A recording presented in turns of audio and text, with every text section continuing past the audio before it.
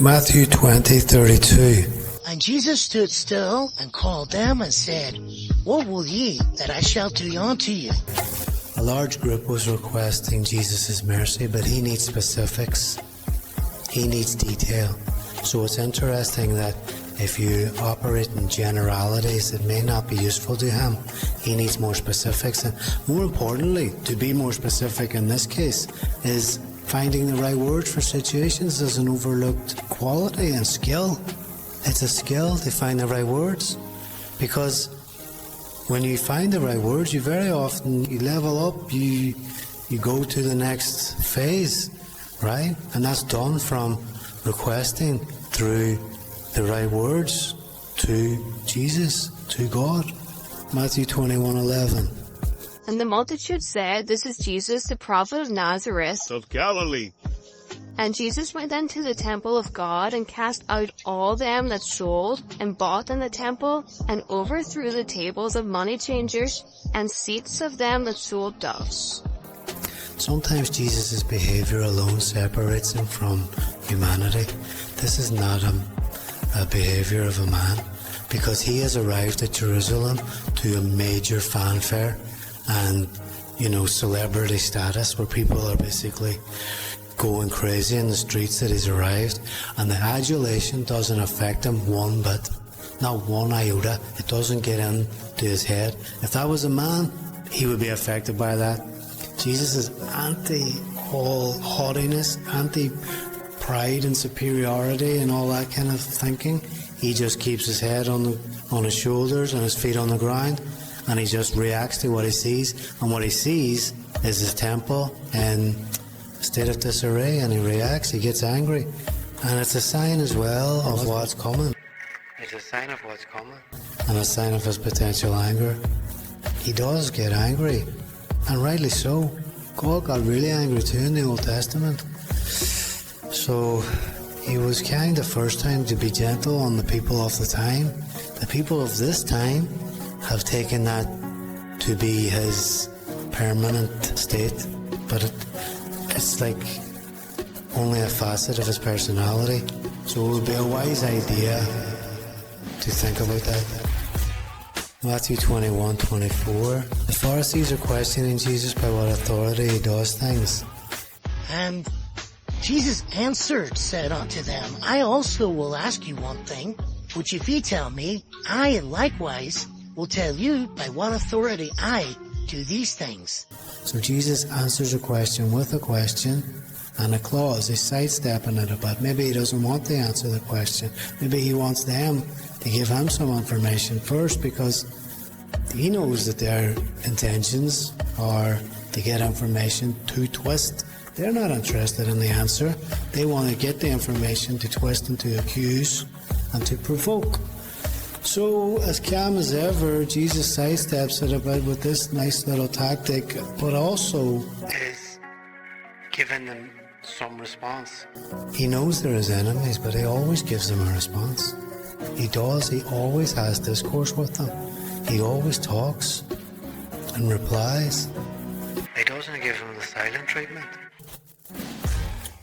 It's an example to be followed, I think, because when we're antagonized and provoked, very often you can either react badly, which Jesus never does, or you can react in a way that it's just the silent treatment, and then you go off into your own head.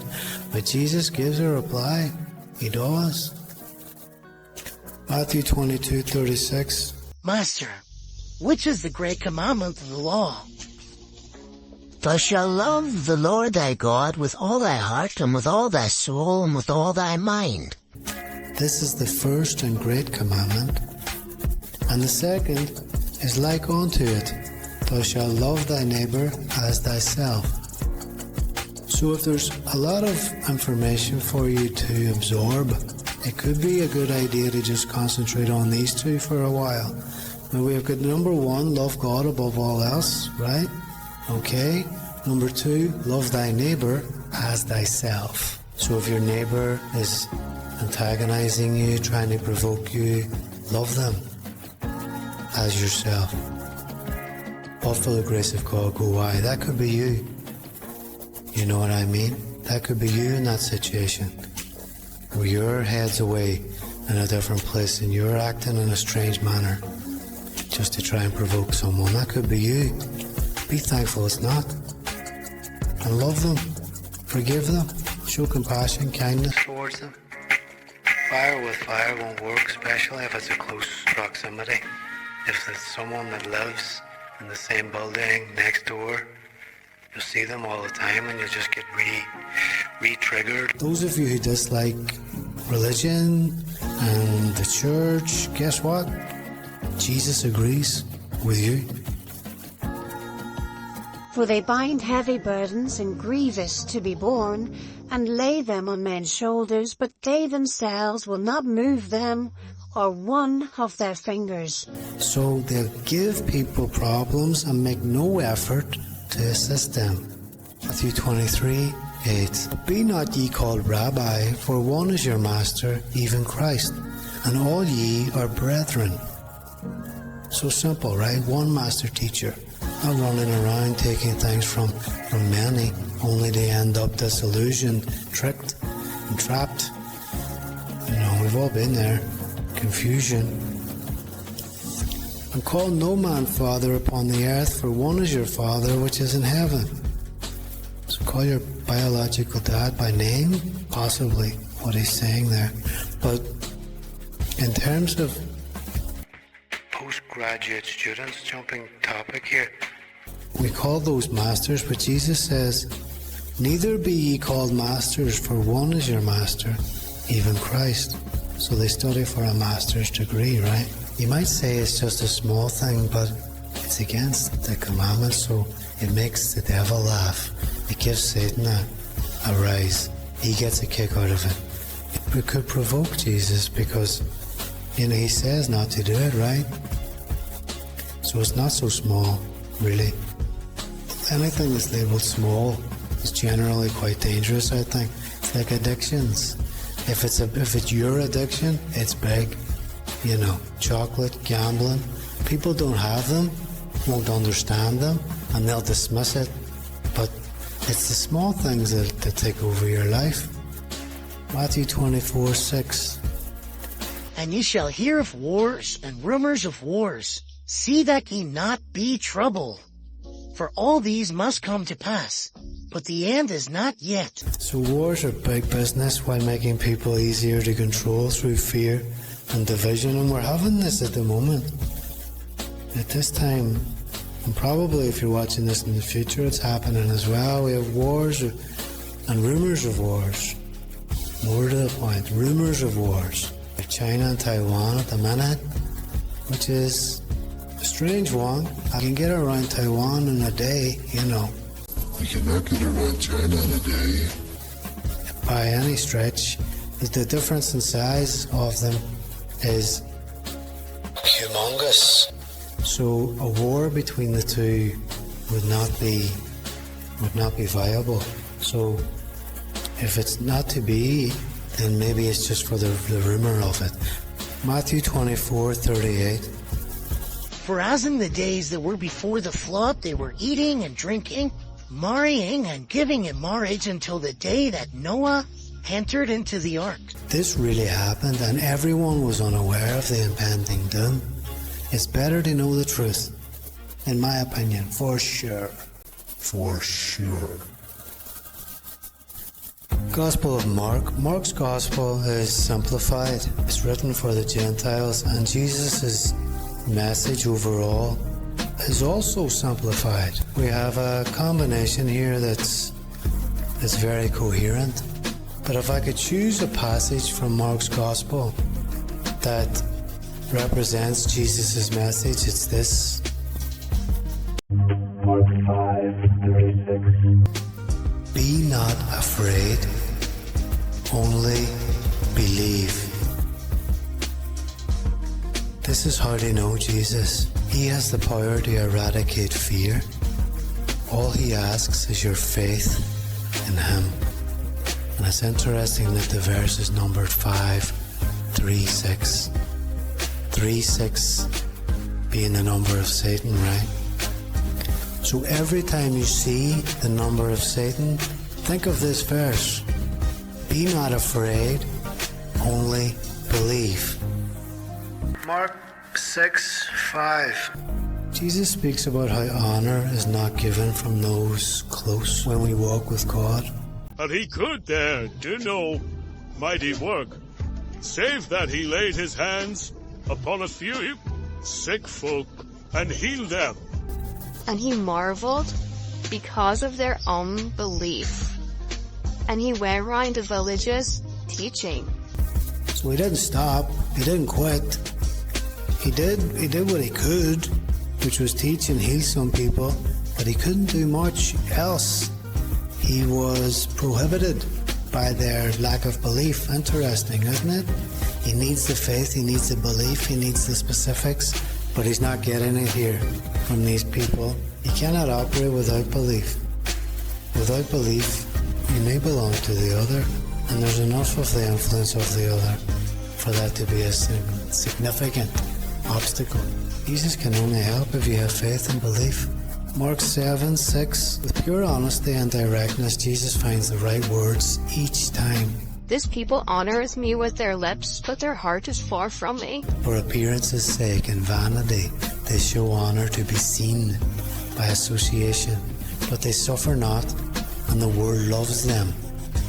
Howbeit in vain they do worship me, teaching for doctrines the commandments of man. All of the other ways may seem appealing.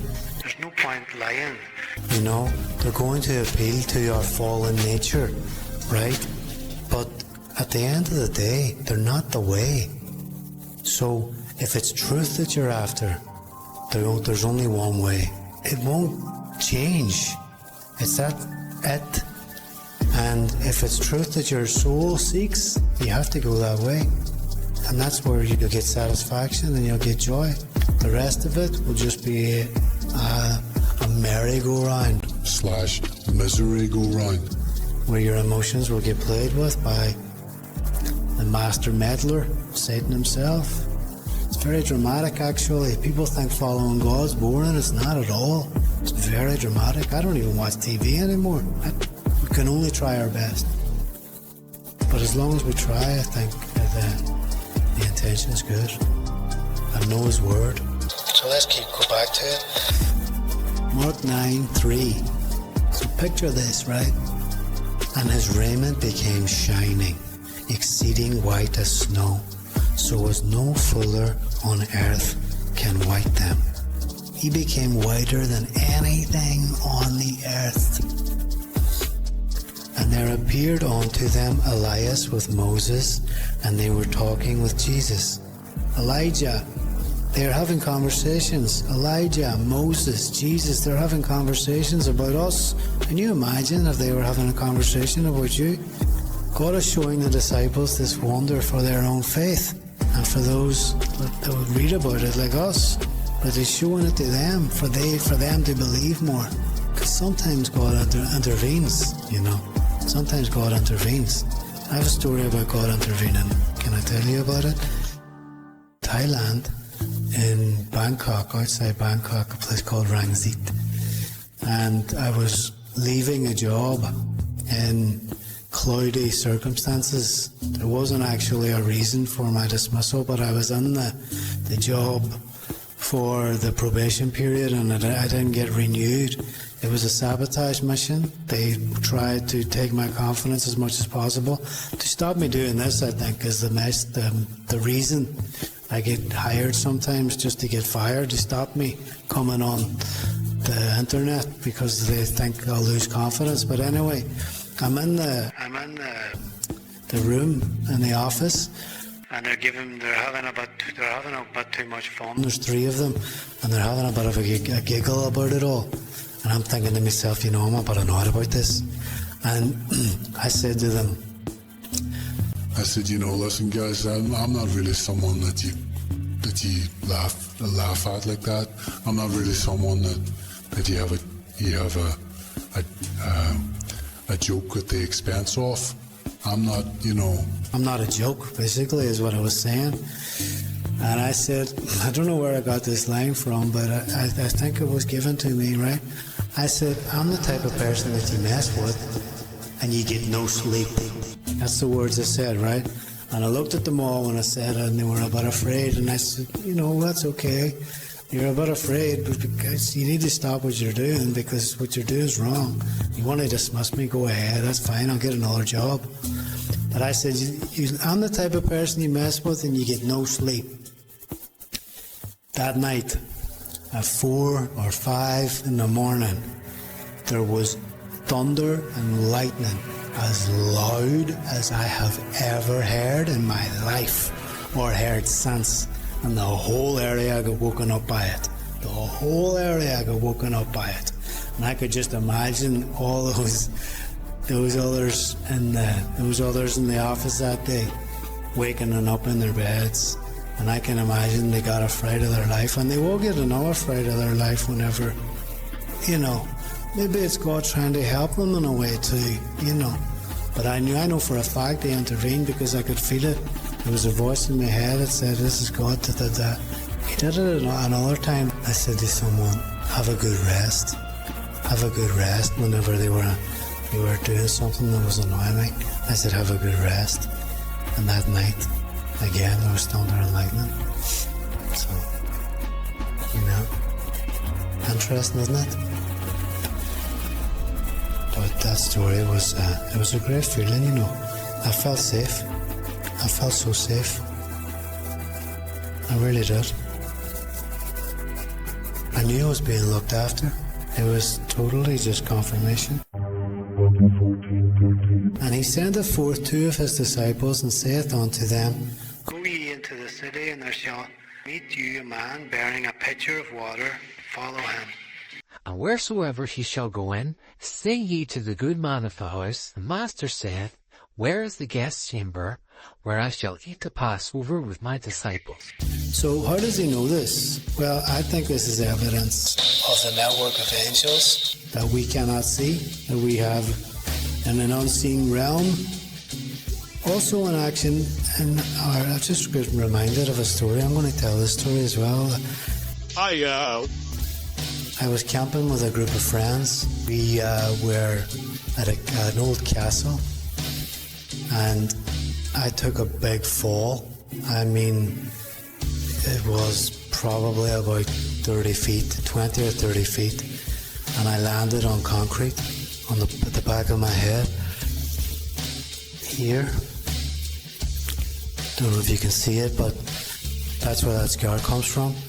And I was lying there for a while, I think, because I don't know, but I remember when I woke up and there was an angel above me, and